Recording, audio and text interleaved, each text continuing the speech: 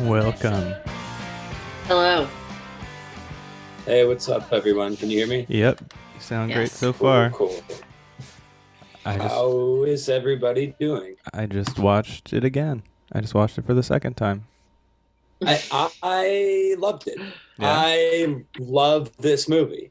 Hell yeah. I like I it guess- better than the first one. They added a race to What's the up, Ben? racial tapestry. You know, Benjamin was like, it's Cholo white Ja Rule and Vin Diesel, and now it's Cholo white Ja Rule, Vin Diesel, and anime. That's the Wait, there's no Vin Diesel. Wait. well, yeah, but Well- still, they're not going to delete a race. You know, Well, no, there is Vin Diesel. It's just in this movie, Vin Diesel is Tyrese. Yeah, there's. I thought Vin Diesel was in all of them. nope, unfortunately not. He doesn't show back up until the fourth one. The third one in Tokyo Drift, nobody's in that one. Oh, That's a bunch of nobodies. Paul Walker's not in Tokyo Drift. No. That's It's crazy. some other. It's a somehow less charismatic version of Paul Walker. It's the guy in Tokyo Drift. I think I remember liking Tokyo Drift as a kid. I was like, man, drifting is cool. I genuinely loved this movie. Yeah. I think they only get better. Yeah. I hope so. This one I thought was so much better than the original. The original was so boring to me that I still don't really know what happened. neither does Oh, man, I neither do really Luke missed Vin or Diesel. Benjamin. Well, it's because I miss Vin Diesel too.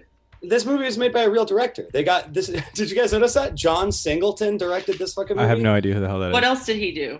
He did like Boys in the Hood. Oh. He did Baby Boy with Tyrese, which is how I think Tyrese ended up in this. Nice. Ah. Yeah, I mean, I was kind of thinking maybe we'd wait a second to get into it, but fuck it, let's just get into it. I found a quote about John Singleton directing this movie. Here, let me find it. You guys keep going. I'm gonna look for it. I took a video of when Paul Walker tried to talk in a black accent.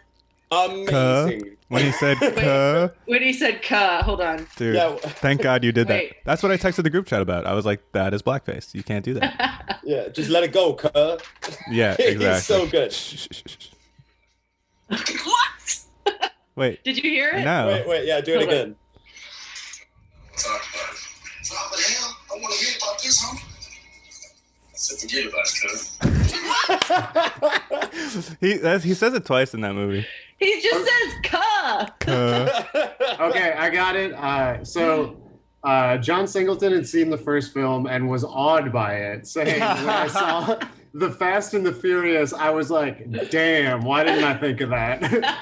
Fuck yes. Dude, Oh, well, my okay. God. Something that I was thinking about in this movie is that like, I made a connection that everyone has made before, but me, and I just didn't like. I'm like the last person to this party, but it's like, special effects, not special effects, but like stunt movies are basically stunt porn. Like the storyline does not actually matter at all, right? And some people like would be happy to just fast forward through the exposition and be like, whoa, there's a car flying into a boat. You know? It's a series of money shots. Yeah, exactly. There's a great. Do you guys know about that? Steven Soderbergh fake retired from directing movies, and he gave this speech at the San Francisco Film Festival. Where Wait, was it like a stunt? Because that seems like something he would do.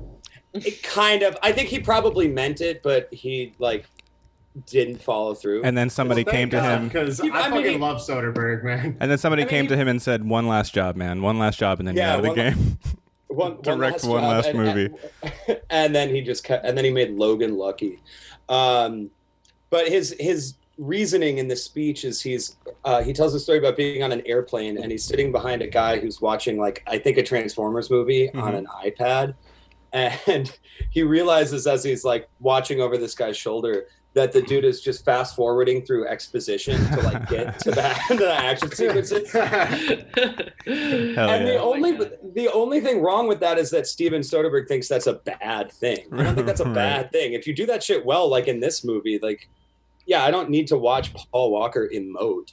I liked the emotions in this movie. I actually I liked watching Paul Walker emote, but And I loved Tyrese and how him being hungry was like a big part of the movie. Yeah. Oh yeah. Yeah. Okay. Oh wait. So I want to start with me and Izzy did some predictions Yep. for like before we watched it. Like, so what's gonna set this one apart from the other one? And I hit that shit out of the park. I was like, I feel like it's probably gonna be like pretty gay. Like I was gonna ask, was your prediction that Paul Walker and Tyrese would be in love with each other? It was. That was a prediction. Totally came true. I was like, they're going to introduce some kind of strange technology that definitely doesn't need to be there. And then Izzy got half of the two strange technologies that didn't need to be there, like completely correctly. She was like, oh, they're just going to have a second button that makes the car go faster. Yeah. They had one last time. They're just going to have two. And yeah. And the technique, when they had to win the relay race, when they were like, I don't know how we're going to do this. We're going to have to pull something out of our ass. And Paul Walker goes, I think we'll just hit the button at the end. Yep. Yeah. He literally does was like, let's do the button at the end Benjamin instead. thing. Yeah. But you know what? That's what makes this movie so much better. Is it's the first one, but like it's got a second button. It's the first one, but they take 2 seconds to explain what's happening. like the technique of winning the race is like pushing the button, but they tell you why. Right. Also, Tyrese is a lot hotter than Vin Diesel. True. Oh my god, he's so hot. And we'll get into that with the predictions too. I also was like, I thought it was either going to be like there's going to be Arab villains, which there wasn't. Disappointed in that, but if not, then there's going to be like gratuitous torture. Well, wait. Not Arab villains, but like next best thing, a white guy pretending to be Latino as a drug dealer. Carter Verone. Braden Verone. Yeah. He could not figure out if he was trying to do Tony Montana or if he was like, I'm above that. Like he went in and out of it. Mm-hmm. I love the first time they had the meeting with them and then they walk away and Tyrese makes fun of him by doing he's like, what were you talking about, man? And Yeah. Why? He did not sound like that at all. He doesn't sound like that. Okay, all right. We gotta do it scene by scene. We got to do it scene by scene. I just wanted to set the tone with. You wanted to set the tone of you were right. Yeah. I just want to let everybody know that I predicted all of this. Yeah. Yes, I just need people to know that I'm cool and smart, and I know about these movies that I'm watching for the first time. Also,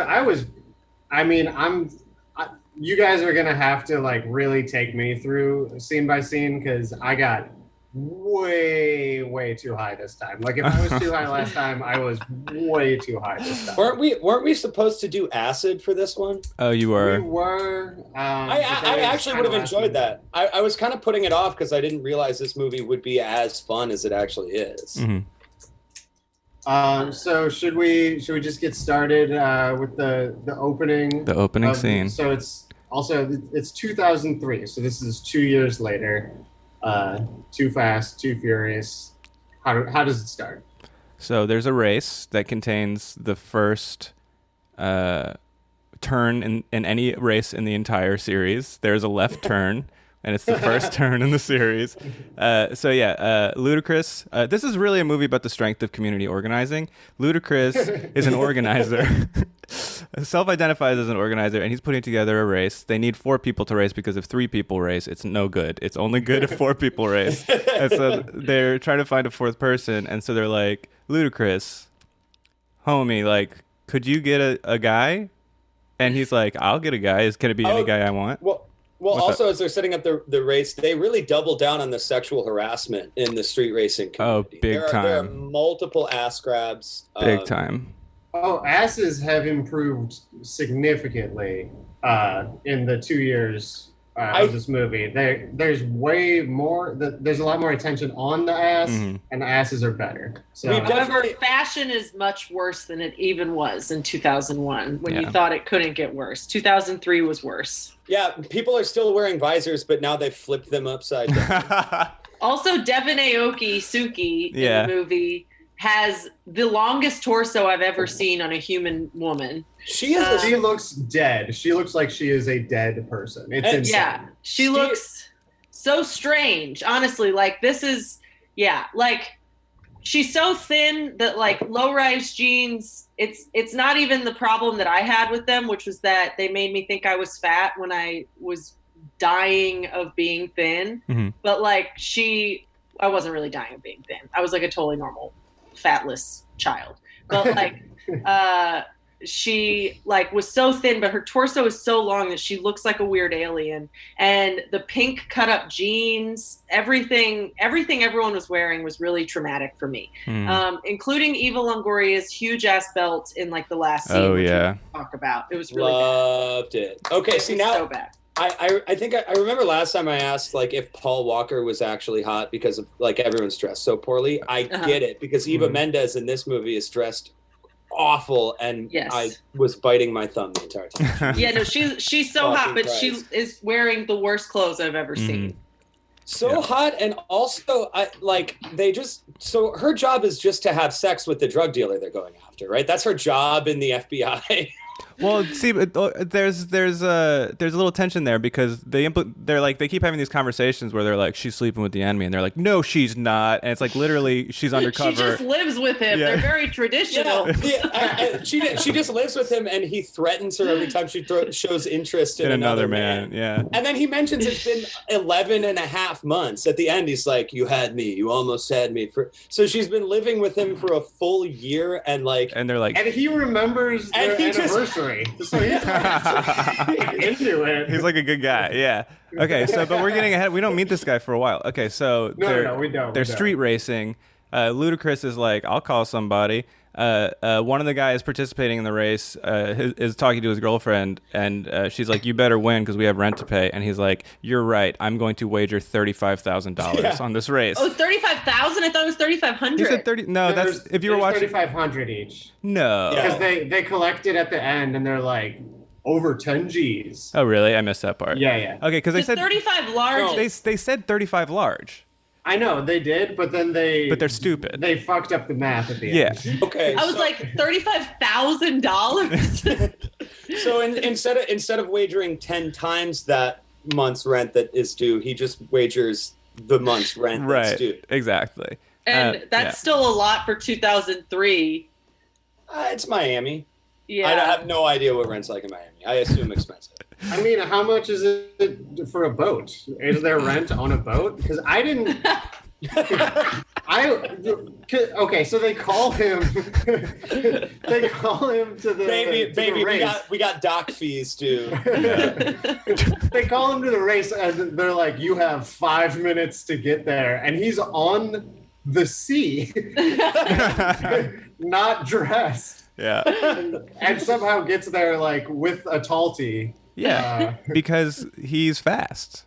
Well, this movie carries on like the same sort of vibe as the last one, where like they go out of their way to like sort of contrive situations where someone has to drive really fast. Yeah, definitely. Like, there's no reason that race can't start. They cannot wait. They need to do it now. Yeah. Okay, so they race. Paul Walker. Who's in the race? Suki, who is the long of torso young lady. A fellow female DEVON. DJ Aoki, yes. I thought in real life, yes. Aoki's sister. Oh, really? Yeah. Oh, okay. And both of them are the children of the guy who invented Benihana. Wait, Rocky that's not Aoki. Devin Aoki? That is Devin Aoki. Oh, okay. She's Steve Aoki's sister and Aoki's sister. Rocky Aoki's daughter. So she's the heir to the Benihana fortune. Incredible. Okay. So I thought the girl gang, they were gay. And I was like, finally, they're like just being honest about it. But then I was wrong there. I was like 4 women, pink. Okay, so Suki's car is powered. Everyone else's car is powered by gasoline and nitrous. Hers is powered by anime and giggles. And she grunts when she drives. And her grunts. Okay, and so the race is like it happening or whatever, and while it's happening, Ludacris is saying to the crowd, like, everybody stay back because I got a surprise for you guys. The surprise is that during the race, Ludacris raises a drawbridge so that they have to destroy their cars going over it, and they're all Or like, die. this And maybe rules. die, yeah. And then I love the guy. So the race is happening, and everyone else sees the bridge and is like, okay, I guess I'm going to risk my life for $3,500. Mm-hmm. But I love the guy that decides he's just not going to. Yeah, fuck this. Yeah. Yeah. Yeah. He's like, I got a surprise for everybody, and the surprise is attempted murder. Yeah. Yeah. And that's so funny because also they kind of correct for the last one in that, like, before the race starts, he makes a point of keeping the bystanders safe. He's like, everybody get back, keep your hands tight. And then right before the race is over, and we're going to kill somebody. Yeah. So they race, Paul Walker wins. Suki The is first race he's won in the series so far. Yeah. Suki is thrilled to get like second place, even though it's winner take all. You guys remember what she said when she was midair going over the bridge? What? She just yells, smack that ass. Do that. Holy shit. No, this movie is full of little verbal ejaculations while driving that have no context, like make no contextual sense. For example, while Paul Walker and Tyrese are driving on the freeway, Tyrese flips him off and Paul Walker goes, smart ass. This movie is ass obsessed because I remember they say ass a lot. Yeah. There's another point where, and this speaks to the sexual tension between Paul Walker and Tyrese, but there's a point where I forget the exact scene, but there's another interjection where he goes like, "I got something for your ass." Mm-hmm. That's true. Oh yeah, they say that twice while driving in the first 20 minutes. I got something for that ass, and one of them is when Suki rams the other car from behind. So yeah, it's very she's basically like, take it, you little bitch. Like she says something along those. I'm serious. Well, I think 2003 is when we've accelerated the cultural shift from T to A. So that's one of the greatest movements in history. IMO. I'm agnostic. None of the main female characters had big fake jugs, but there were so many big fake jugs in the background. Yeah. Like those, that type of fake breast is no longer popular. Yeah. That was a very early 2000s boob job. I don't think it's no longer popular. I think just fake breasts got better. I think after Stevie's wife in Eastbound and Down got her boob job, if you'll recall, that was the beginning of the end. I actually don't think huge knockers are as popular now. I think it's more ass now. Well, and I remember people talking about fake asses a few years ago. It shifted. Fake asses are a lot more popular. Yeah. So, being a child, I remember, there was Pamela Anderson and Carmen Electra were the women you were supposed to think were super hot. So I was like, yeah, they're really hot. And I don't think I'm scared of the extremely off-putting, hard tits. Yeah, it's frightening. Yeah. Pamela Anderson's hotter now that she's like Comrade Pam. Yeah. Man, that thing, okay, side note, did you see that Voltaire quote that she posted next to a picture, or on Twitter, on top of a picture of her surrounded by a bunch of Navy guys? No. What did it say? No. Wait, okay. Let me find it. Hold on. I'll take this detour for sure. What the fuck? Yeah. So it's a photo. Okay. This is the best of all possible worlds. Pamela Anderson. Come on. Voltaire? Voltaire. Sorry, I'm going down her Twitter. I'm sure there's a quicker way to find this. I did not know that she retweeted so much.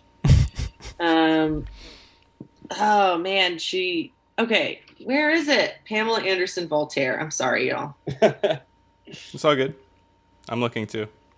We can make Michael edit Oh my this. God. I accidentally typed Voltaire, Boltaire, which is a great name for a fake boob having person.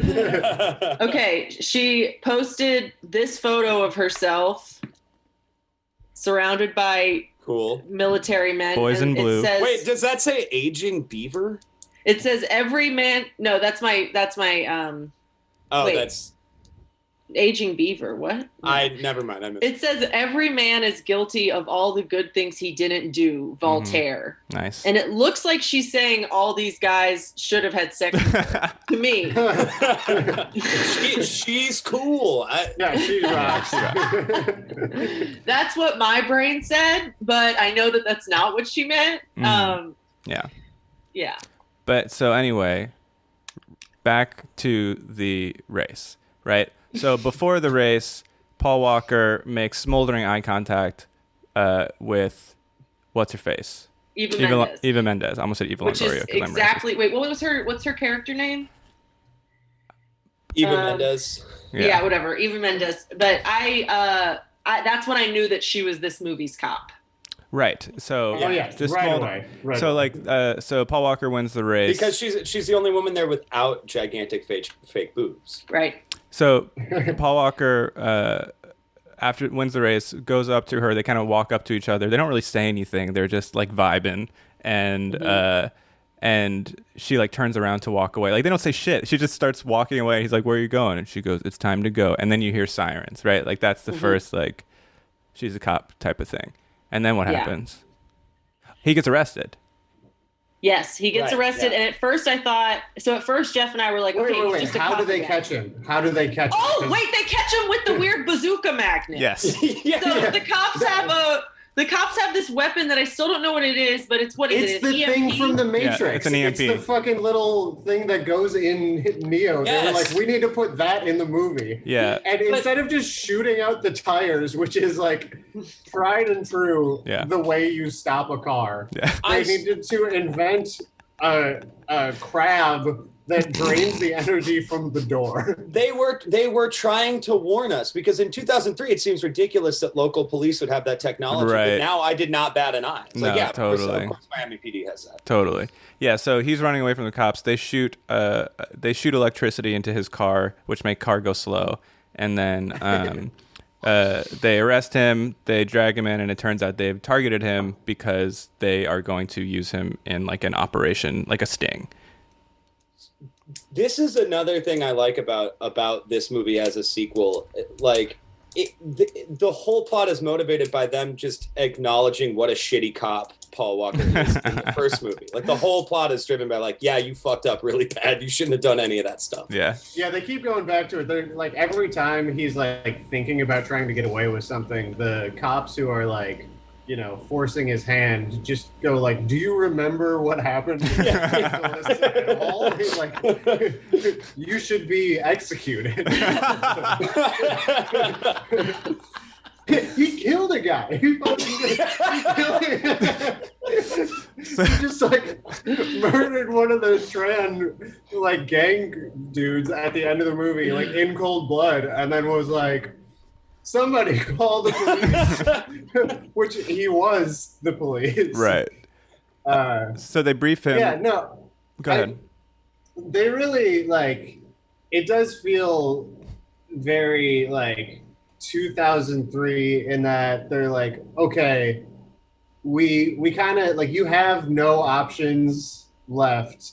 But we're still gonna let you like run around and do whatever. Like you're fucked. We have you, but you can still like be a complete shithead. And Here's like the consequences gun. aren't there yet. Right.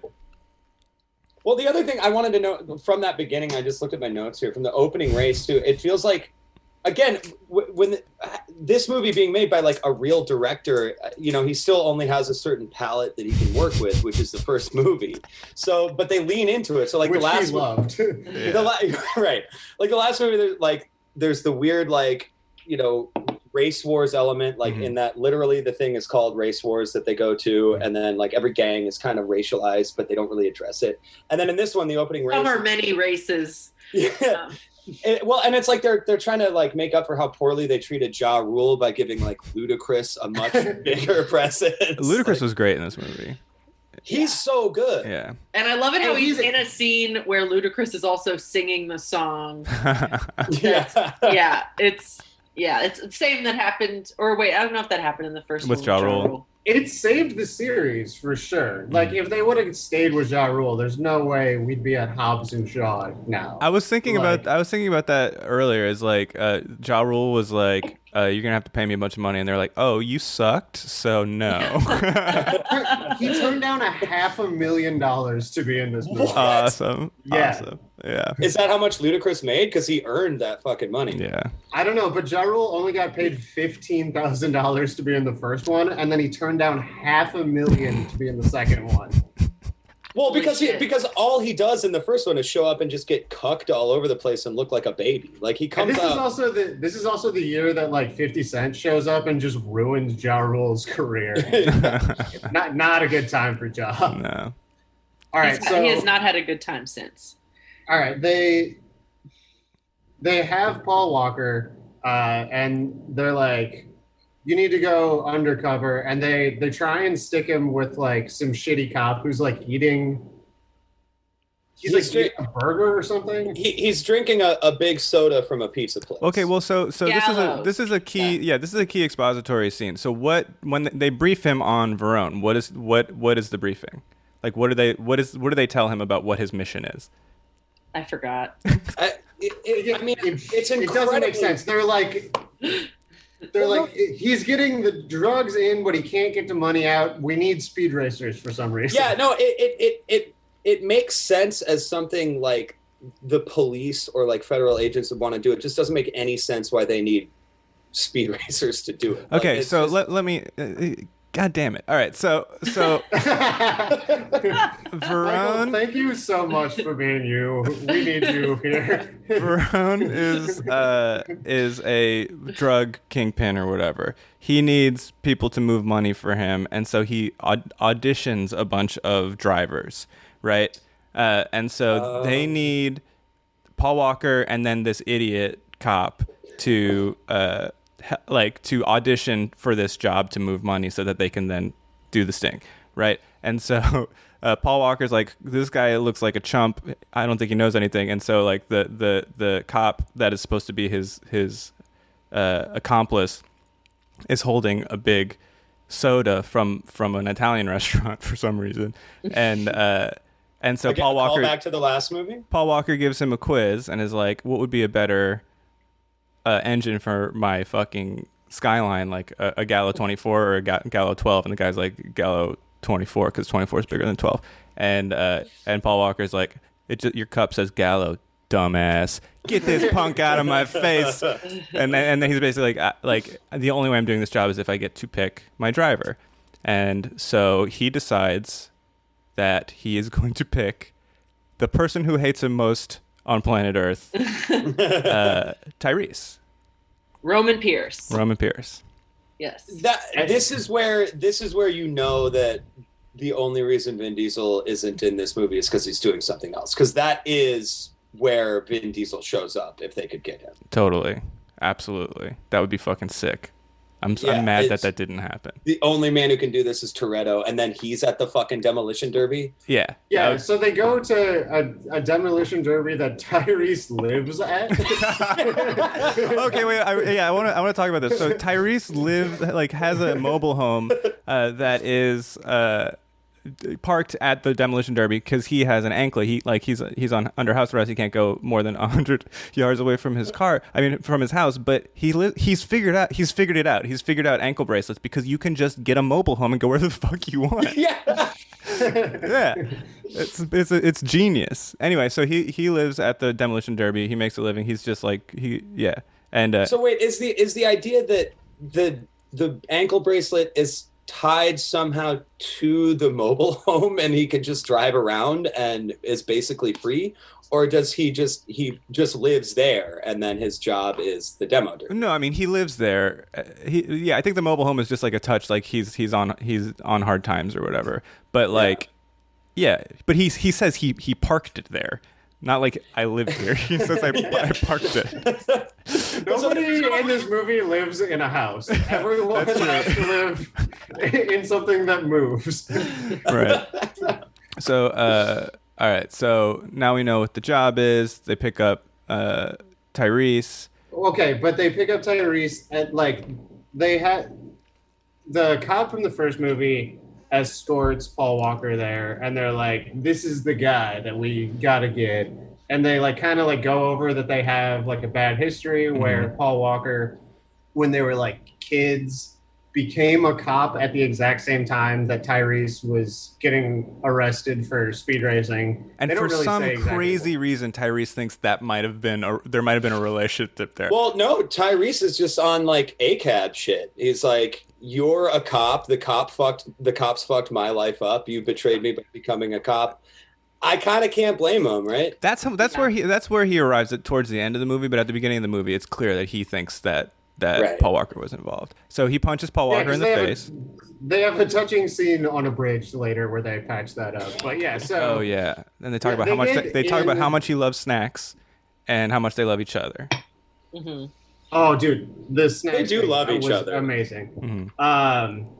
But yeah, they get in easily the hottest fist fight I've ever seen in my entire life. Oh yeah, you still fight like shit. I think, the less attracted to men than most people assume I would be. But like full on, that shit was hot. That was, I wanted to be in the middle of that. I was not turned on by that fight. But I was turned on by both Paul Walker and Tyrese. Separately. You want them however, one at a time. One at a time, boys. Yeah. Too big. Too much. But I think my favorite part of that scene was when the cop like stood back when they got in a fight and he just had popcorn. Did he have the popcorn before? He had the popcorn from watching the Derby. Okay. But yeah, he literally eats popcorn. Doing the Michael Jackson. Yeah, he's doing a meme. Yeah. Why is that not the gift? I don't know. So like when Paul Walker is about to engage with Tyrese to like say what's up or whatever, he turns to the cop and is the cop that's like babysitting him and is like, "Hey, whatever happens next, just let it go." Like, so he knows he's gonna get punched in the face, and yet he is surprised when he gets punched in the face. And then they wrestle. Then there's a wrestling scene where wrestling happens, and Paul Walker says he still fight like shit, but he gets his ass kicked. And then what's the name of the cop from LA? It's like Sergeant Bingle or something. It's like something. Yeah. The actor's name is Tom Barry. He's great. Yeah, he's really good. And that's another thing about these types of movies is it's like, sort of beefcake kind of whatever's in the lead and then just surrounded by like fantastic character actors. Absolutely, yeah. They also I think that this movie was like they're definitely all like pro cop movies, but this one is it. Since Paul Walker was an informant and the only good cop was Tom Barry, who was like kind of like the good cop in the last one. It was kind of more like fuck cops than the last one. I thought the last one was like very pro cop. Yeah, Todd Barry is a cop in this movie. Oh man, that would rock. You would be so good at this. You need to drive the car. Wow, look at him go. Yeah, that's better. Wow. You got another button. That's some good popcorn. It's gonna suck to be that guy so bad. Agent Bilkins. I wasn't wrong. I don't even remember what I said, but I was close. I believe you said Dingle. I think, you said Hinkle. I said Bingle, yeah. Bilkins, not Bingle. So Agent Bilkins explains to Tyrese that they'll clear his record. He can get the anklet off if he cooperates. And then they introduce them to the cars. Yes. There's communion with cars. And the cars, what is it? It's not a Skyline because the Skyline gets fucked up in the first scene. One of them's There's Mitsubishi. An Evo, yeah, Mitsubishi Evo, and then I think like an Eclipse. Actually, I think they might be both be Mitsubishis. Let's see. What color is Paul Walker's car in this movie? Yellow, but no, green, but green like, and purple, right? But like green, yellow, brown, kind of. I don't know. I just remember that car being a really hideous color. So Roman drives a Mitsubishi Eclipse. and then Brian has a Lancer Evo, Mitsubishi Lancer Evo. So this was a Mitsubishi movie after they torched the Nissan. Yeah. Anyway, what else happens? What else does happen after that? So then they have to go prove themselves to the drug lord, right? Yes, they have to prove. And so the Oh, well, first there's crazy sexual tension between like the triangle of Paul Walker, Tyrese, and Eva Mendes. Like when they're on the way, Tyrese spends the whole time being angry at Paul Walker for wanting to have sex with Eva Mendes. Yes, that is true. And then and while they're driving over, Eva Mendes is undercover hitching a ride to the place where she's undercover with other undercover cops. agents. Yes. Okay, cool. Just making sure that that's happening. Yeah. And so on the ride over, Eva Mendes is like, keep your eyes on the road. And Paul Walker goes, no. And then he gazes into her eyes for about 15 seconds and doesn't look at the road and then stops at a red light perfectly because he's perfect. Kind of sexy. I kind of like terrifying. I hated it. Yeah. I was so scared. Jeff and I were both freaking out. I hate it when people don't look at the road in movies. I hate it when people Oh don't look at the man, road. dude! One of the scariest things that ever happened in my life was driving back from a show on the North Shore, where Corey Mack. He does not look at the road when he drives. We were all so fucking high. I was with Shoddy Feelgood and Julie Mitchell, and we were scared for our fucking lives. Everyone in the car, because Corey was driving, and there's nothing you can do because the causeway is There's 30 no miles of a straight line. There's no shoulder. Yeah. And he was just fucking with us. We were all so high, and he just wouldn't stop. He wouldn't stop looking at us in the back seat. Was he high? Yeah, he was. Of course. Awesome. Yeah. Yeah, I hate One That's of the awesome. worst moments of my life. Or a romantic gesture. Right. Who knows? Who's to say? Well, but it's like a flex because even Mendes does not evince any fear, right? They just have hot eye contact the whole time, and then Tyrese, like, I invented that. Actually, it was me. he's like, I bet he did the stare and drive. I invented that, and she's like, what? This is a move? She doesn't say anything, but yeah. So they get there. They get their quest from Verone, which is they have to go to an impound lot where his Ferrari is impounded and get something out, get a manila envelope out of the center console. And so they compete with a bunch of other people to do this. It's like a very straightforward Easter egg hunt or something. I remember this game or this movie being a video game, and they did make video games, but I never played them. But it has the plot of like a PlayStation 2 game and the aesthetic. So it's like this is sort of like your first like quest or your first mission to kind of like get to the next stage. Yeah, this is the tutorial mission. Right, exactly. Yeah, and so they go, they drive fast to the lot, and while they're driving fast to the lot, it turns out that they're being tracked via GPS in their cars, and the federal agent who's running the sting is like, they're running away, and so like a bunch of cops descend on them, and then Tyrese just shoots at them. What do they? They also kill a guy on the way there. Dude, oh my God. He gets killed so hard. They go between two trucks, and then some guy in a, what is it? It's like a Mustang. Yeah. Some guy in a Mustang is like, I'm going to go between the two trucks, and then he gets so badly run over. It's like, both of there's his windows get zero blown out. doubt. Yeah, and then he gets like knocked around a lot. And then you see the tires coming at his face, and the car is just destroyed. And then another car flips over him. So they get actually two people out of the running for this. Yeah. Well, one person is out of the running forever. Like there's just more of like a death cult, like embracing of like, you know, like human sacrifice in this movie. It's the same year because I thought they were just like copying Bad Boys 2, because like the first one it's like, oh, you're just trying to jack Point Break for sure, and then this one I was like, oh, they're just trying to jack Bad Boys 2. It's the exact same plot. It's Miami. This is the same summer as Bad Boys 2. What a good year. the same exact movie takes place in Miami, where just like the whole of Miami dies. How many people actually die in this movie? Yeah, not that many people get killed in this one. Not in that Bad Boys many, 2, but they it's murder like everybody. every single person. But it's like it's more of a celebration when people die in this movie. Yeah, there's no like, Yeah. no one's like, oh shit, that's fucked up. They're just like, oh, yep. No one's like, call the police. Well, and yeah, this is the movie. I guess again, this entire movie is just the first one, but better. Like it's the rare sequel. Like watching this, it's to me, it felt like kind of a Mad Max effect.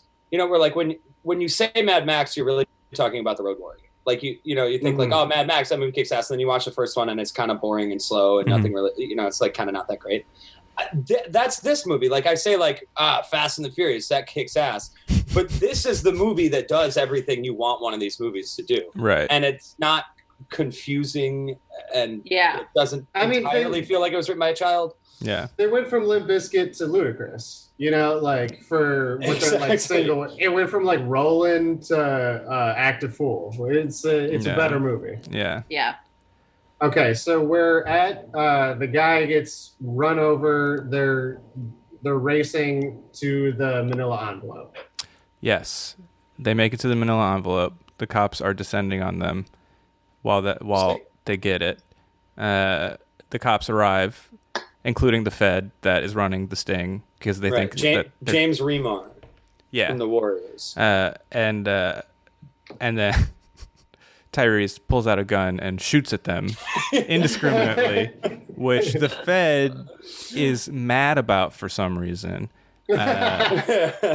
So there's a confrontation. Yeah. But also the Feds start it because it's like, all right, we need to hire the best street racers in the world to do this street racing mission. And then the first time they have to drive their cars in a street racer capacity to do the job, they're like, they're running away, they're driving away. It's like, what did you hire them for? Right. Yeah, exactly. I did not understand why they thought they were running away. Will someone explain that to me?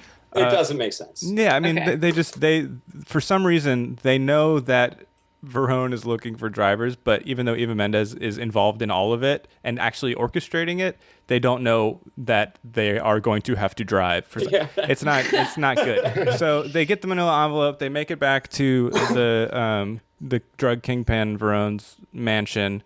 They hand him the envelope, and he pulls out of the envelope a cigar and then lights it. And they're like, "We did all that for a cigar." He's like, "No, you did that for a job." And so, which is so Izzy. Well, actually, Izzy and I are both trying to get jobs, but Izzy is trying a lot harder than me. And she keeps like getting an interview. It goes well, and then like because the economy sucks so much, they're like, before you get the job, you have a task that you have to complete. right, Fuck that. Competing with a bunch of other people. right. You have to answer these riddles this 3. really resonated with her. She was like, yeah, this is bullshit. People should be more upfront about jobs. Yeah. Yeah. And so they go to the pool because Tyrese is hungry. Right. And they sit by the pool. He asks for food. He says he says he wants food. He keeps saying he's hungry. Yeah. Yeah. So this is after I could never tell, are they trying to do like an Ocean's 11 thing? Because that movie was 2001, and like one of the running gags is Brad Pitt is always eating. Are they sort of like half-assing a throwback to a better movie, or? I don't know. I didn't remember that from Ocean's 11. We should watch that too. We just watch every movie from that decade. One at a Just everything from when I was 10 that I loved. Yeah. And so Verone tells us kind of what we already know, which is that he needs drivers to drive money around. That's there's the extent of the sophistication of the thing. Like that's all we ever know in the movies. Like, please drive And this money. Tyrese keeps trying to steal from him because Yes. they were like, even though everyone in this movie is a criminal and a thief, we have to remind you that the black guy is the most stealing.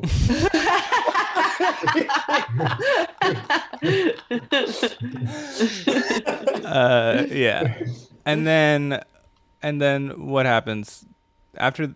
So then they have the confrontation with the Fed. The Fed's like, "You shot at me. I'm a federal agent." And Tyrese is like, Fuck you. I did do that, and I would do it again I hate you. Well, and then Paul Walker's like, if he was really shooting at you, you'd be dead. Right. And it's like, well, he did empty a clip.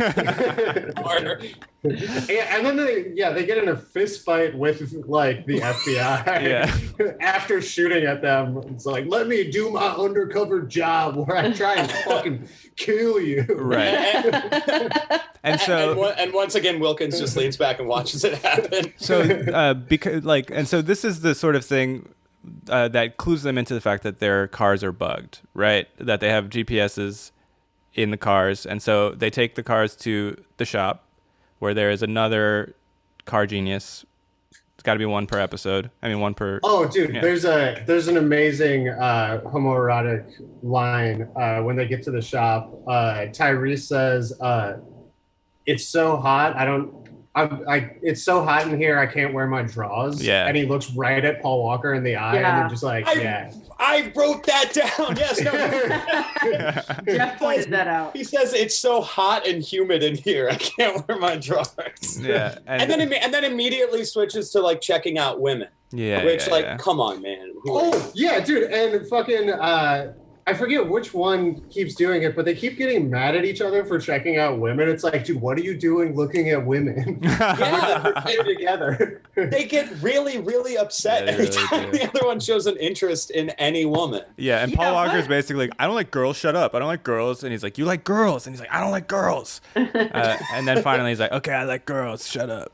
Yeah. Like there's a point later where Tyrese refers to, maybe I'm skipping ahead, but when Ava Mendez is on Paul Walker's houseboat and then Tyrese shows up and he's so hurt that she's there. He's like, oh, you're with your girlfriend. Oh, you're with your girlfriend, huh? Yeah. Who's warning us that someone wants to kill us. Yeah, okay, so they need... Okay. Yeah, we skipped ahead. The mechanic is like, there's the GPS is inextricable from your engine or whatever. And so they're like, okay, we need new cars. And so they call up two of Verone's guys, and they're like, "Hey, do you want to race for cars?" If someone called me and was like, "Hey, you want to make a bet?" I would be like, "No." I don't know what your game is, but no. But these guys show up. And so they do like a relay race with their cars, which is something I've never heard of before. Is this before or after Ludacris officiates the boat race? Oh yeah, they introduced Tyrese to Ludacris because it's jet skis, right? Or it's jet skis. I literally don't remember that. Yeah, because apparently he has a dock behind his auto shop. Yeah, where he just sits there with like flip flops and shorts and a funny hat and a megaphone and officiates jet ski races and just like insults people and has women around him. It's Ludacris he has the best life. He's living the best life. I mean, and also, I wonder if community organizer. They kind of write it in that he doesn't drive, and it's like, did they ask Ludacris if he wanted to drive in the movie, and he was like, no. I mean, I think that line is really important because Ludacris ends up being like the key to the plot, is that he can organize a bunch of shit. So Tyrese is like, hey, do you drive? And he's like, no, I hit a wall going $120. I just organize, right? And then you look around at the Vista and it's like a bunch of people racing jet skis and screaming. And so that happens. They race. Do we want to do the tag team race scene? Yeah. So it's really good. It is good. So it's Fonzie and some other guy. They keep calling him Fonzie. He's making fun of in the beginning of the movie, he makes fun of their cars. It's Fonzie and Marco Rubio. Yeah. It's the most Italian / Cuban people you have ever seen. Yeah. So it's these guys, and they're with kind of 40-year-old divorcee with plastic surgery ladies. Mm-hmm. That woman is disconcerting looking. Yeah, she looks weird. So glad that she got this role. But she... No, good for her. Good for her. Sorry, lady. Yeah. So whatever. So anyway, they're just very weird looking, and they are making fun of they're making fun of the shitty cars, and then they start to rev up the cars, and then Tyrese is like really excited because he's like, my car's really loud. And then the guy with the ponytail, he does his car, and his car is really loud, and then Tyrese looks like really sad. Yeah. Well, because they had the bad guys have cool muscle cars instead of shitty like racing. American muscle. They got Detroit muscle. But before the race, Paul Walker and Tyrese have a very cute little huddle where they're like, the other guy's cars are better, and this is about whose cars are better. So we got to figure out, when are we going to hit the buttons? Yeah. I mean, we're not going to win this race on speed alone. We got to come up with a trick. Right. I know. Tyrese hits the button at the wrong time. They literally they could pick anyone to race for cars, and yet they pick the people that they know they cannot beat. There's this so Paul Those Walker's cars like, are really hey, cool. He pulls Tyrese aside. He's like, hey, there's a 0% chance that we're gonna win. I'm just letting you know. Godspeed. Pull something out of our ass. Yeah. And then he says, more ass. Yeah, he literally says we have to pull something out of our ass. Yeah. And I'm like, why didn't you think of this before you challenged them to this duel? And so, like, he thought they were going to bring their shitty cars, as Michael pointed out. Anyway, but they wanted the good cars. I guess that's why they did it, because they wanted the good cars. Anyway, so they decide that they're going to push the button at the end on the way back. Yep, got to push the button at the end.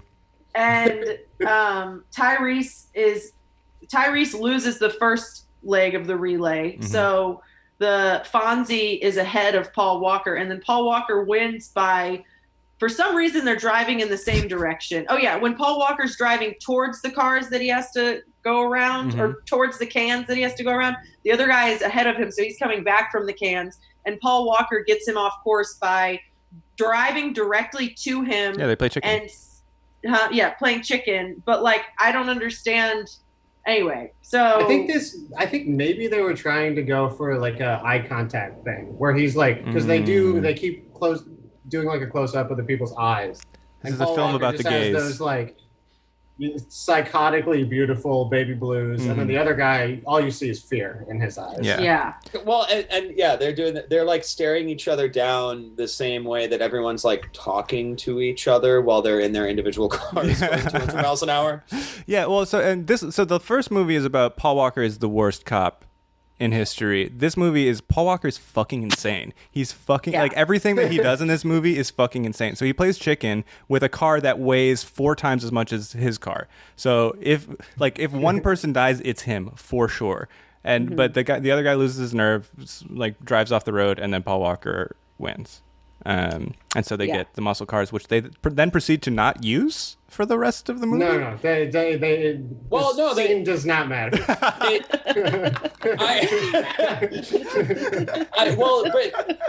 Because their plan is like, no, they do at the end though, right? No, they don't. They do. They use them at the end. They use a bunch of other cars.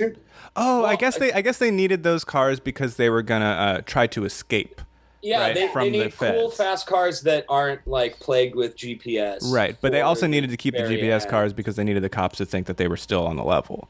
Right. Okay. Yeah. So this is still a great film. We haven't poked any holes in it yet. So they win. Singleton, you did it again.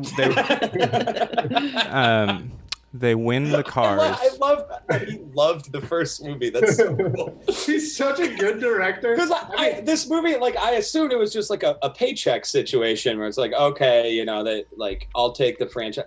But the fact that this is like a passion project for John Singleton. He was like, growing up in South Central, people used to do Too Fast, Too Furious. Yeah. And I'm inspired by this story. Like, oh my God, I forgot to tell y'all at the beginning. Last night, there were actually people drag racing like right by my house. There's like a little weird stretch of like highway that like people 3 drag blocks race away on from where I live. Hyde Mill Road too in St. Paul. It was so perfect. Oh my God. I was like out back with my mom, and I was like, "What the fuck is going on out there?" Just like every Saturday night this happens, dude. So I think I'm gonna go next week. That's a good idea. No, you're gonna get hit by a car part. Dude, we can't go. We can't. I don't even want to. I'm not even gonna say it. Never mind.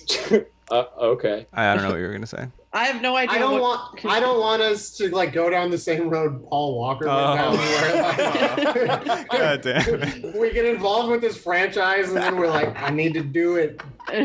Yeah. I'm just standing on the off ramp, just push the button now. I don't know if this will be funny to y'all, but I'm very tickled by the idea of a Fast and Furious movie that is written by like Joss Whedon and Aaron Sorkin. Where it's just a dialogue-driven They never get in a walk car. and talk. Yeah. Yeah. Okay. So I just heard a little bit of Mary Devon die when you said that. okay. So Just Bradley Whitford explaining very intensely how the nitrous button works. right. Yeah, and then Ludacris is like, so they try to talk to Ludacris, and he's like, jet ski with me. And then they jet ski side by side and have a very intense chat. What did Joss Whedon do? Firefly, Buffy. All of the Marvel movies. He did a lot of Marvel movies. Oh, so I've like never seen a Joss Whedon movie. He's bad, don't worry. Yeah. I know he's like a like- rapist or something. I like Buffy. I just meant he was a shitty writer. But Firefly's great, I think. Oh, I think he's a creep. No, he definitely is a creep. I know someone who has been creeped upon by him.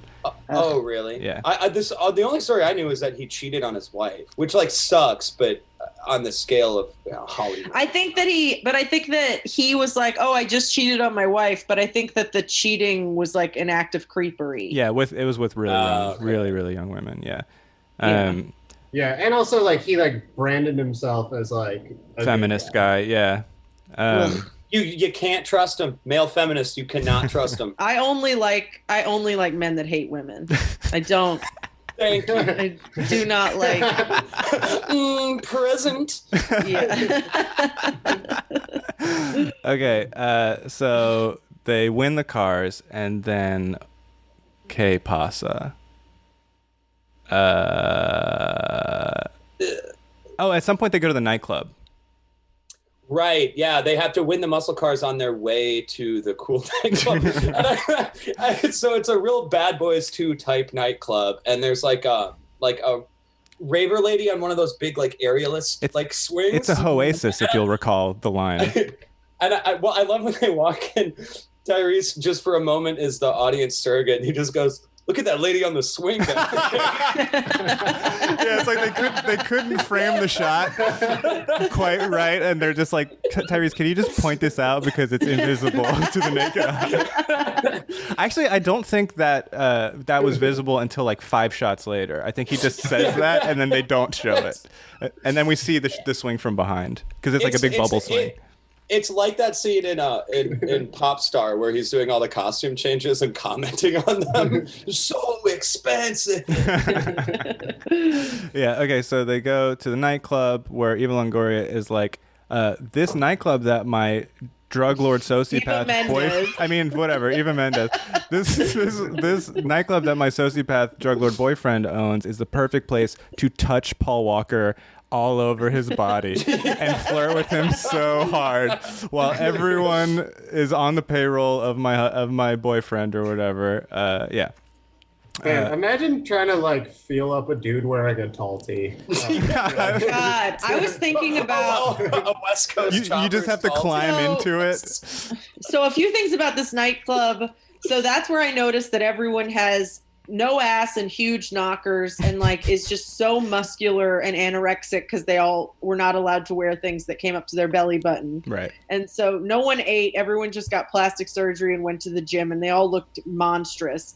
And there's all these like ladies with these huge boobs walking around, and all the guys have on collared shirts with like bold designs down the front and bold. huge collars. It was the worst time for fashion because I was thinking, and I was like, surely it's not just because it's like, you know, you get out of a fashion era and you're like, oh, that was bad. But I look at like 90s movies, 80s movies, 70s, 60s, even like, you know, whatever. Like I just went through all the decades. Yeah. And Are I there do any not more that you feel- want to list? No, I went through. Then I like see the outfits, and I don't think that they're hideous and disgusting. Right. Yeah, the early 2000s was just a uniquely horrific time for fashion, and that really bothered me the whole time. Really, really bad. I really think The Really Matrix bad. had a profound influence on the fashion in this in this franchise. Wait, what? I think The Matrix had a big influence on the fashion in this franchise. I don't know Yeah, why. it was weird because everything was like they were like, we want everything to be futuristic, but we still have to wear khaki pants.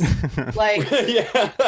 we can't not wear khaki pants. That's out of the question. We can't not wear button-down shirts, but we have to make them futuristic. Right. Yeah, like this is the like pleated jeans era. Oh wait, I don't remember why, but at some point, Paul Walker is wearing a janitor's uniform that has. No, it's a mechanic. It's a mechanic shirt. Yeah. Oh, okay, yeah, where he has a name tag and A it's car like, janitor.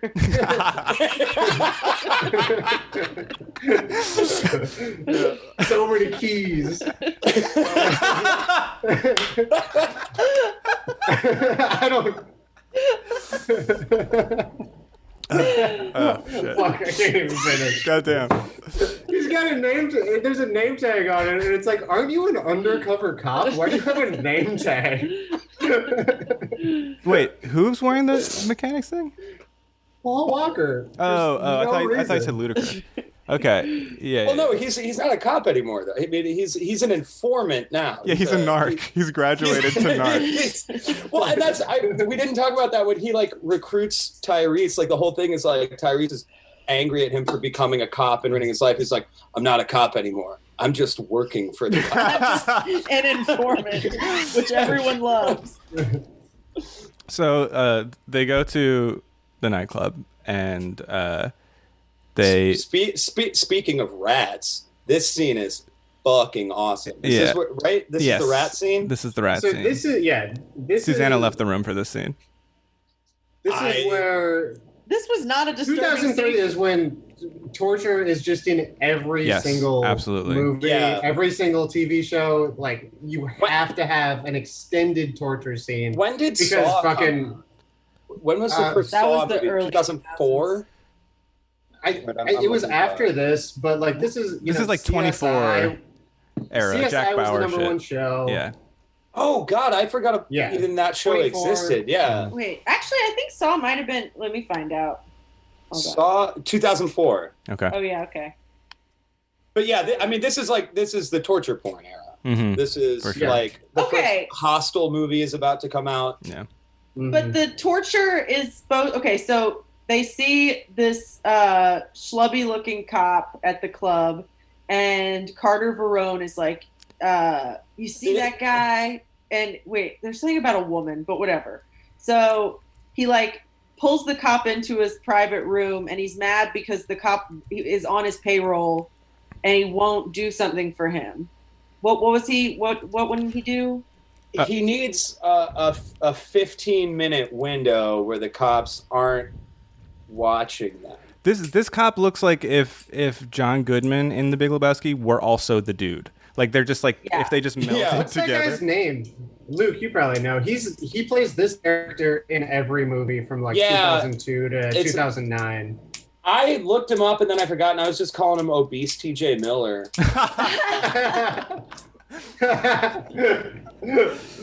Yeah. Detective Wentworth is the character's name. So, all right. So, I'm just thinking about that. This is the torture porn era, right? Yeah, yes, for sure. And I'm thinking, if we're doing our like pseudo historical gloss on all this shit, I mean, this is 2003. This is 2 years after 9/11. Patriot Act. War on Terror, Patriot Act, everything is in full swing. We're Guantanamo Bay is already. Guantanamo Bay rocks right now. It's off the chain. Everyone's about it, and obviously no one's making movies about that. But then, like all of a sudden, you get this explosion of like huge, big money, like Hollywood productions, where like the big like set piece at the center is just gruesome fucking violence and sadistic, not just like gruesome violence like gun violence, like people like deliberately torturing people for information. And like in the dumb car movie with the and super extended guy. scenes. But wait, should we say what the torture is? Have we done that yet? Let's see what badass. So to me, I was not convinced that this was going to ever go badly, except for burning the detective. Carter has a rat just with him at the club, Yeah. a giant rat. Yes. And he has a metal bucket. Yes. And he is like, the only place, once it gets too hot, the rat's going to go south. So the idea is that this rat, he's going to put the rat in the bucket, and the bucket on top of this guy's stomach, upside down, holding in the rat, and then put fire, a torch, to the bucket, heating it up. Extremely and the idea is that the rat is going to burrow inside of his body. Yes, because it would take a long time. I don't know. Rats can chew through a steel drain pipe, according to this movie. But I mean, the point is it takes long. That's a real thing, though. Rats don't have other things to do. They take a long time to do that. Like any hole you see made by a rat, they devoted a decent amount of time to that. I just love the idea that we're going to stay in the club for like 5 hours while the rat burrowed into this guy's stomach. Yeah. Which also presumably, like, not even a guarantee that he dies, even if the rat does that, right? No. Right. It would take a lot. Like, you calling that dude fat? That's irony. Absolutely. That's not fair. I mean, just logistically, it's not even a judgment.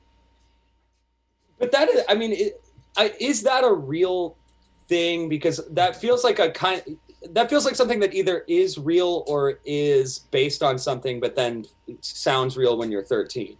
Like they used to do that in the Inquisition. I mean, that sounds like an Inquisition. I mean, also once the guy squeals or whatever, once the dude squeals, what's the bad guy's name again? Carter Verone. Carter. Yeah, Verone just puts the blowtorch at the guy's face anyway, and it's like, you have a blowtorch. Yeah. Like, what are you doing? Yeah. I'm looking up things written about the rat scene to see if there's anyone who's been like, this could really happen. Have you checked thelens.org? Michael Isaac Stein, is this real? Okay, wait. A Too Fast, Too Furious burning question answered. Entertainmentweekly.com. Nice. So can rats really chew through human flesh? Why did they write this article? Because people were Googling it. This is how the internet works now. If anyone has any question, then fucking Vulture has to have an article that answers the question. And this was also in 2003. Yeah. Okay. By Clarissa Cruz. Rats have really strong, powerful jaws and certainly will chew to get through things, including human flesh, says Dr. Joanne Paul Murphy. Joanne Paul Murphy. What's up? I'm Dr. Joan. I'm the rat doctor. Special species veterinary professor at the University of Wisconsin-Madison. The first thing the rat would do is try to squeeze out or chew through the bucket, though he might get frustrated and try to eat something else a little bit less resistant, which would be the person. Okay. All right. So again, we have not poked a single hole in this movie yet. This movie is undefeated. It holds up. It's airtight.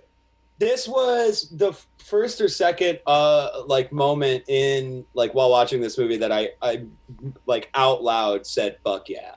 When I saw that there was a rat and a bucket in the mix, it's like, yes, fuck yeah. Yeah. Because they're leaning into it. This movie is stupid as hell, but unlike the first one, it knows it. It's aware of exactly what it is. Yeah. And there's all those weird Dutch angles, and there's even a shot from inside the bucket with the rat crawling its way out.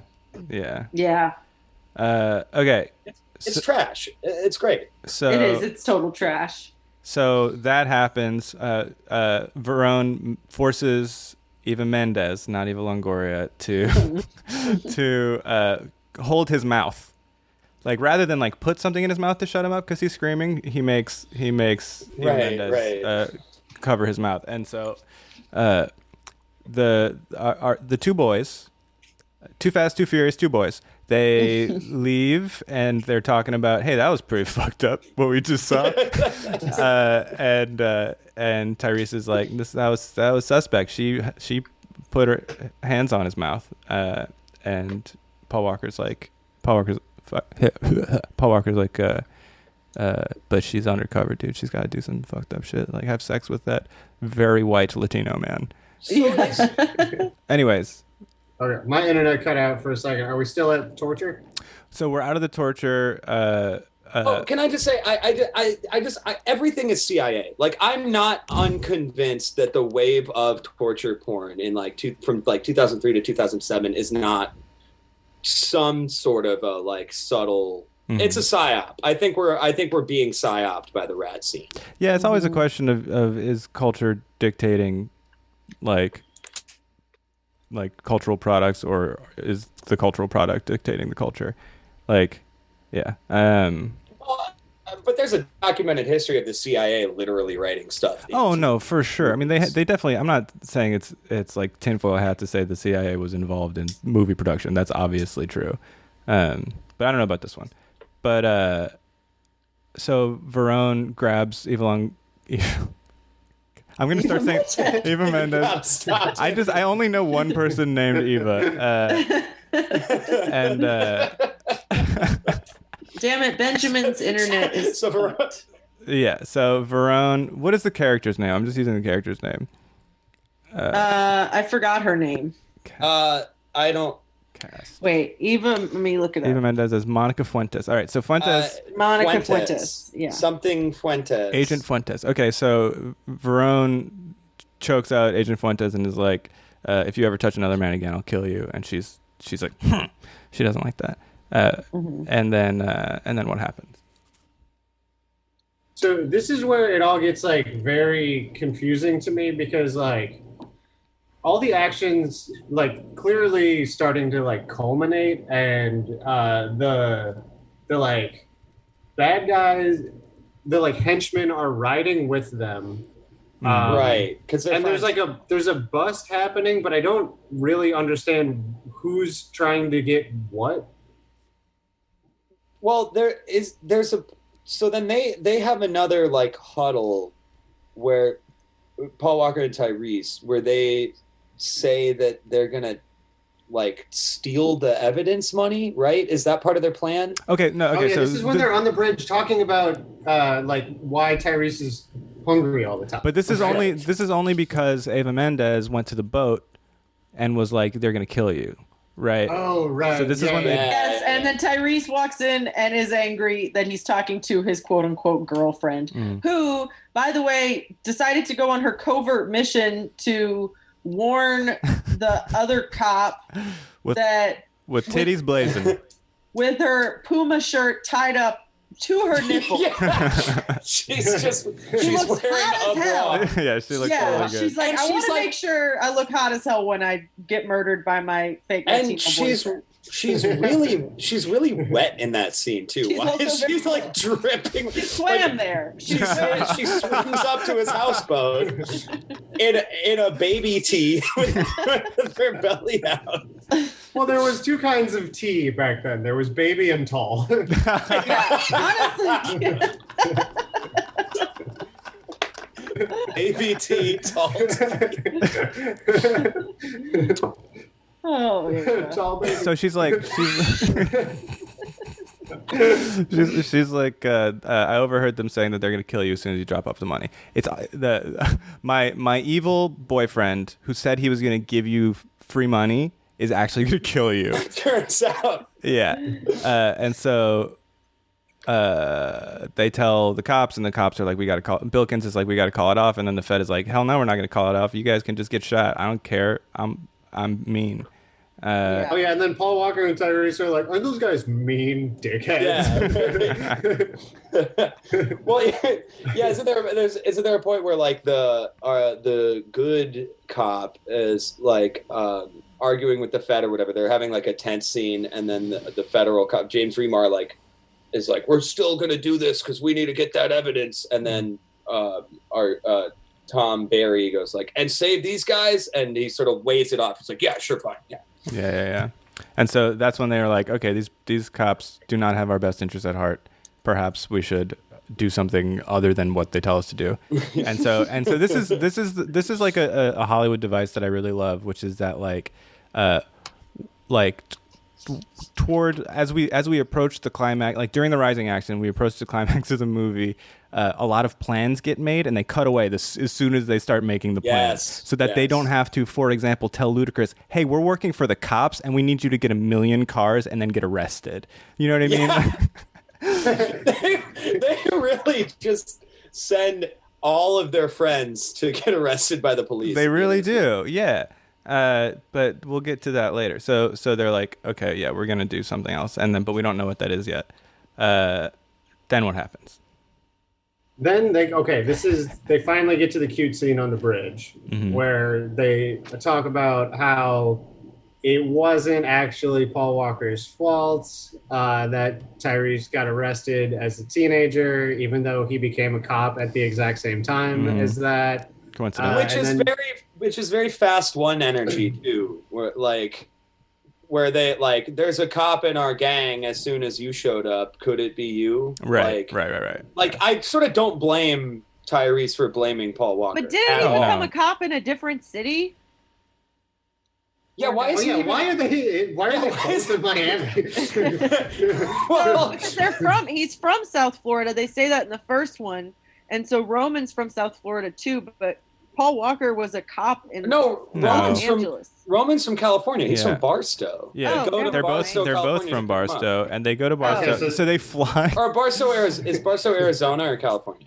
It's Arizona, right? But it's somewhere west, way west of Miami, because he's the whole. So they skipped the scene where they take a flight with the FBI agents. Right. So Paul Walker was a cop in multiple cities.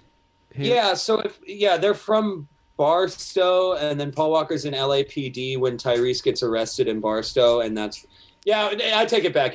Fuck him. It is in California. Okay. Yeah. So they're on this bridge. They're like,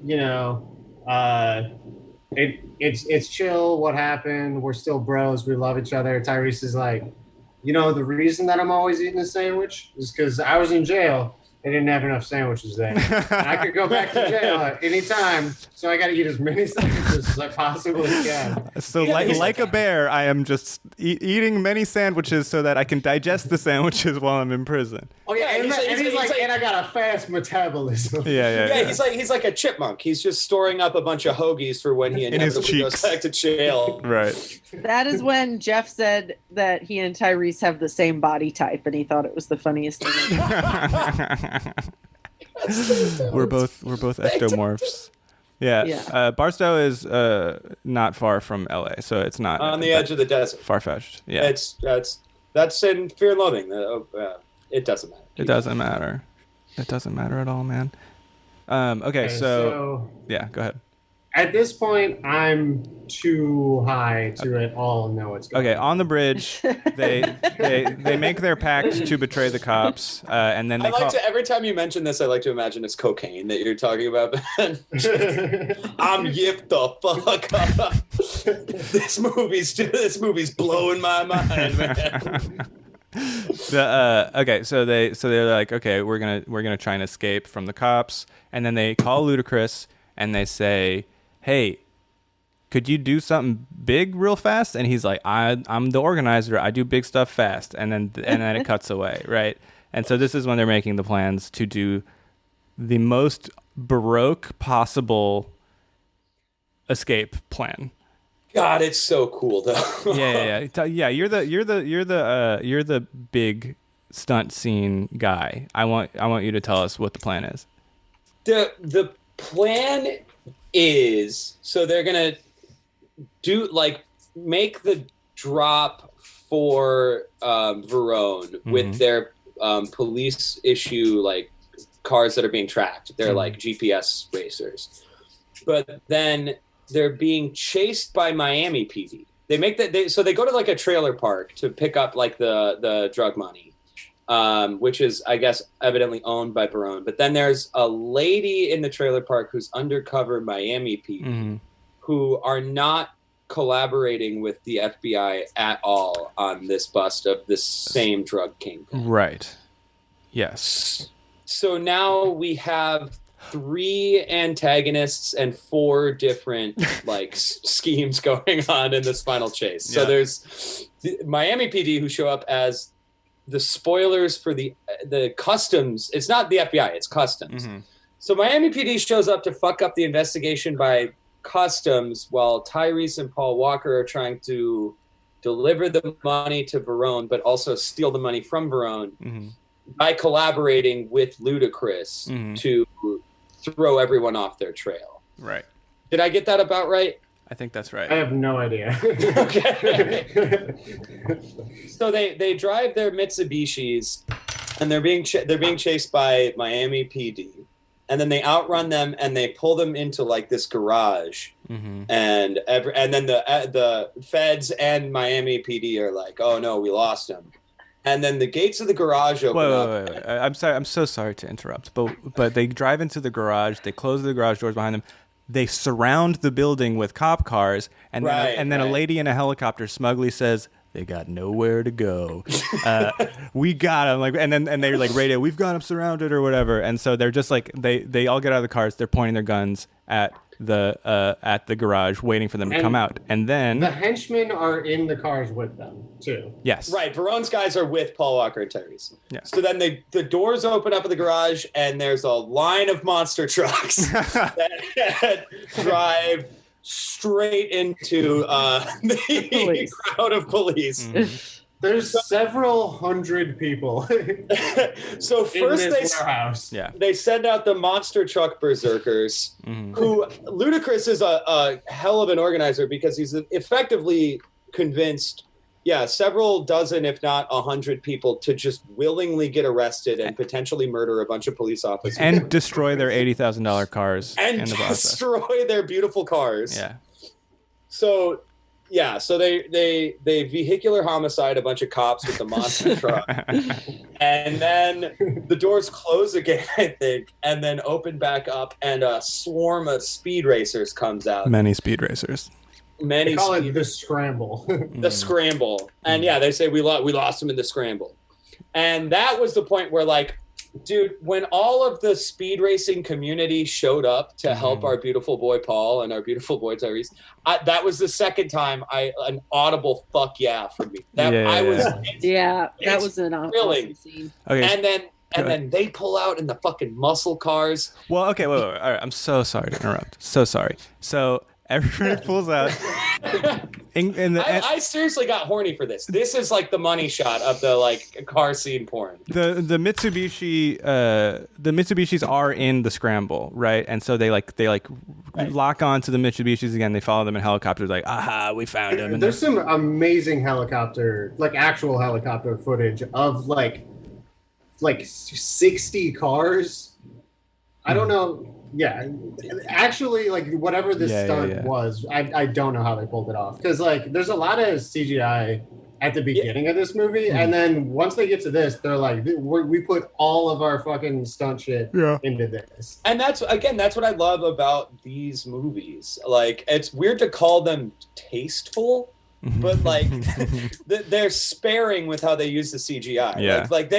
This scene, like they know like this is pointless unless we have 6 dozen cars like all scrambling around with each other. Right.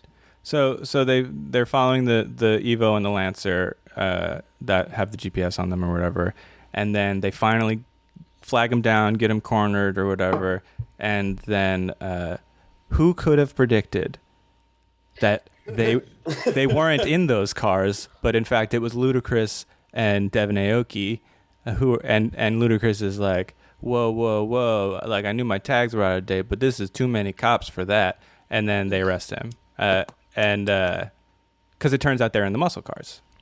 Because it turns out they're in the muscle car. And then Paul Walker is on the phone with Ludacris while Ludacris is with the cops. And the cops are like, this is fine.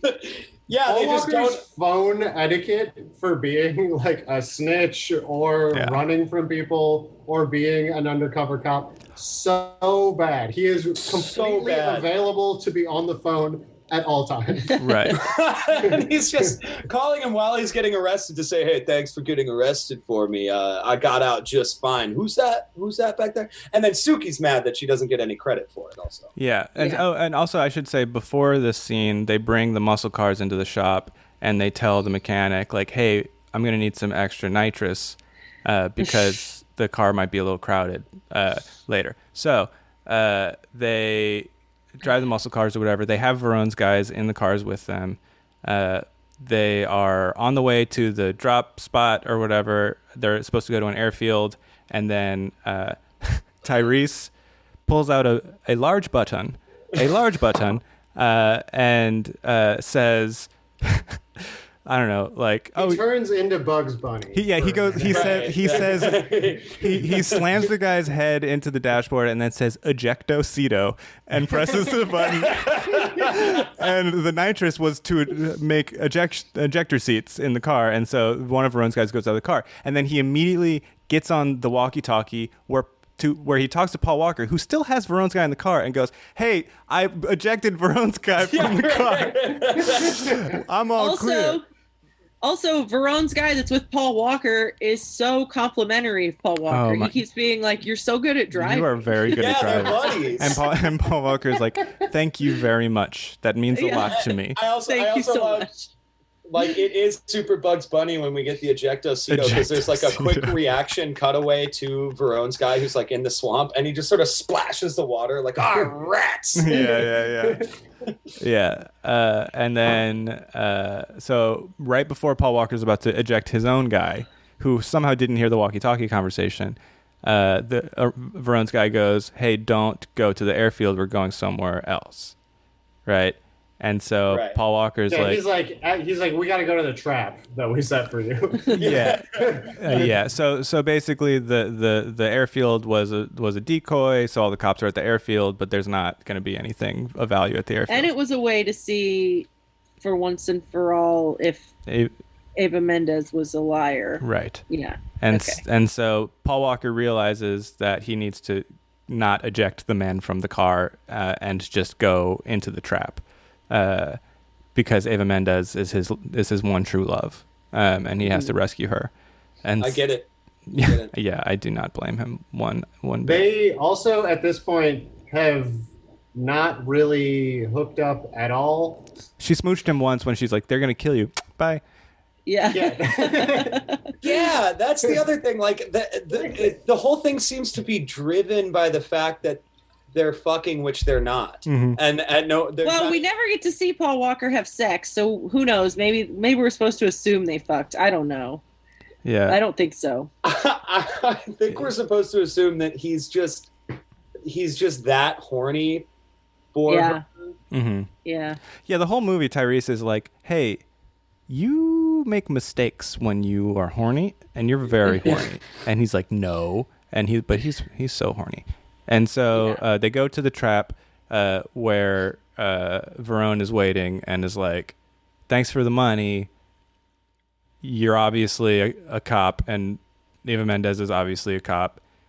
So he said custom agents are getting really pretty. Yes. Yeah. And so he puts her on the boat. Boy, customs agents are getting really having sex with me these days. He's also wearing like a David Byrne sized shirt and cargo pants. I kind of like his style in this movie. No, yeah. He's got because this is also this Bad Boy suit, like everything is in Miami in this era in movies, and he sells the like big billowy pants. Oh no, and, he looks oversized great. shirts. He looks really good. Yeah. And so that guy is I knew him from somewhere. He's one of the jock bullies with the paddles from Dazed and Confused. He's the guy with the little red-haired afro. Yeah. Okay. Go ahead. That's all. So Eva Mendes, he's like, "Get on the boat. Presumably, I'm going to like and murder you." And so he puts her on the boat. He's like, hey, henchman, go kill Paul Walker. And Paul Walker's like, "All right, let's go to my death." Classic, like, villain, like, "I assume this will be dealt with accordingly. Right. I'm going to leave now." Right. And then, and so they're in the car. They get back in the car for the murder, right? For Paul, Yeah, so like, they're going to execute Paul Walker. And then Paul in the Walker car. drives to his own murder. Yes, he's like, "Would you like me to pull off here, sir?" And so they're sitting there, and And the henchman goes, "Hey, you drive so good. I'm just gonna start here. You drive so good, and I like you. But I am employed by a man who wants you dead. I am going to," and he just like keeps talking. He's just talking. We're back to the world of respect, you know? Right, totally. I gotta kill you, but God damn it, I respect you. And then so Paul Walker tries to cast the spell Ejecto Seato, but he doesn't pronounce it right, I guess. You gotta say it, Paul. You have to say it out loud. Yeah, so he presses the button doesn't work. But at that exact moment, Tyrese rams the car, like to rescue him. He drives the car into him. They got one move. They have one move in this whole series. Yeah, it's Demolition Derby. Oh, hey, what's up? Hey, Rory. We heard him meow earlier. It was very cute. And so henchman taken care of. Verone's driving away on the boat with Eva Mendes, and so Tyrese gets into the car that he just crashed. And Paul Walker kicks out the windshield. Does he do that? Yeah, because I guess so. That makes sense. They smashed up the henchman just sort of fires his gun wildly when Tyrese crashes into the car. Yeah. And so they start driving, and Paul Walker is like, "Hey, I'm about to do something real dumb. Do you want to do that with me? Because I could drop you off." And Tyrese is like, "Nah, it's okay. You can drop me off after." And so he's like, and he doesn't say what he's going to do. He's just all right, cool. And so doesn't Tyrese call him a crazy white boy at this point? I think that's about right. Yeah, that's right on time. That's the level we're at here. Yeah. Yeah. And so, one of the highest compliments that any white man ever wants to receive is being called a crazy white boy. Yeah. It's either that or just straight up soft A, like. Oh yeah, dude. Yeah. When I worked at Louis Cafe, that was one of the highlights of my life. Achievement unlocked. Achievement unlocked. Soft A. Yeah. Anyway, so Paul Walker basically, the biggest stunt in the movie, I would say, like, requires not as much coordination as the scramble, but the biggest shot of the movie, probably the most, like. Also, this is you remember, this is the payoff for having Ludacris somehow have the power to make a bridge go up. There's a jump. There's a car. Right. Paul Walker is very good at jumping cars. Yeah. Oh yeah. In the first scene, he jumps over someone. Like they both jump over the bridge, but he's going faster, and he goes over the guy. That was fucking sick. But anyway, so he jumps the car onto the boat. So far, the boat is not on the side of the water. No, it's like in the middle of the water. But then there's where boats are. There's a moment that I really like. Well, it's not even. It's a yacht. He just like the bad guy's gonna escape on his speed yacht. Yeah, I would say that's the only hole in the movie. This is extremely impossible. Well, like, and also everything else. I don't know. And also, Fuentes is on that boat that he's about to drive a car into. He's like, hope she knows what I'm about to do. Surely she has guessed and has gotten to safety. This is what I love is so he jumps the car 500 feet onto a yacht. Into a yacht. They crash land hard. Yeah. And then the movie decides to go with realism, and they both end up being really badly hurt. Yeah, they dig their. So this is the only car crash in the series that affects anyone's body whatsoever. So then it's like, why? Like, why would you do that? Because Paul Walker is winded. Tyrese breaks his arm. Yeah. And they just spend the rest of their time on the boat, like, gasping for air. Yeah. While Eva Mendes does all the work of rescuing herself. Yeah. Rescuing herself. Yeah. There's some gunfire exchanged. Verone gets shot in the shoulder, and then somehow the feds come. Oh, Eva Mendes also. And Verone's about to shoot them, and then Eva Mendes has a shotgun and is like, right. Not today, old man. Yeah, and then what happens? Oh, and then then it just cuts to the And then denouement of like they're all. All right, this is my favorite thing about cop movies. The last scene, everyone's got a blanket on. 100%. Everyone's got because I feel like this is missing in the first one, like the late 90s, early 2000s cop movie ending of like it's the crime scene. Everybody's like kind of sweaty and wearing a blanket. Yeah. It's just because it's like I all of these big action movies are like so like loud and climactic, and then it's such a fucking non-ending. Yeah. Because everybody's sort of like thumbs upping each other on like a dirty patch of highway. Yeah, Well, and yeah. Tyrese Everyone's is saying, like, everyone's "Hey, saying you're all right, man. Have fun being raped in jail." Oh, yeah. And then, Yeah. Drop the soap. Yeah, don't drop And this then up. Paul Walker's like, dude, he will be out in 6 months and he's gonna kill you. Yeah, Paul Walker's like, I don't know if you noticed, this guy's rich and he's not gonna go to jail. He's gonna murder you. Yeah. Yeah, have fun getting raped in jail, man whose trial hasn't started yet even. Yeah. Man. Also, they stole some money because when you do an undercover operation for cops, they don't check to see if you stole any of the money, as we all know. They certainly don't. That's why cops are so happy all the time. Yeah. They just steal drugs and money, and they're like, "This was everything." They like have the photo up and like, and yeah, and their pants are full of cocaine, and they're just like, "This rocks." Yeah. Well, because they're talking to James Remar, the Fed, and they're like, so and he's like, all right, 3 bags of money, and they're like, cool, are our records clear? Because the whole reason they're doing this is so that like their criminal records will be cleared. Right. That's also what guys like. They're basically doing it, and the feds are going. They're doing it because the feds said, "We promise we won't blackmail you into being a snitch again." Like that's basically it. Right. Yeah. But so they're, he's like, all right, that's all clear, like 3 duffel bags full of money. And they're like, yeah, are you guys going to erase our records? And like, yeah, we will. And then they kind of look at each other and they're like, all right, there was actually 3 more bags of money. Right. And instead of being in massive shit, they're just kind of like, oh, you. Yeah. You want... Yeah. Do they ever say the amount of... How much money is it supposed to be? Pants. It's a full pants. It's a full pants of money. Pants of money. Because they give the 3 bags of cash or 6 bags of cash to the cops, and then they walk, I don't know, 5 feet away, and then Tyrese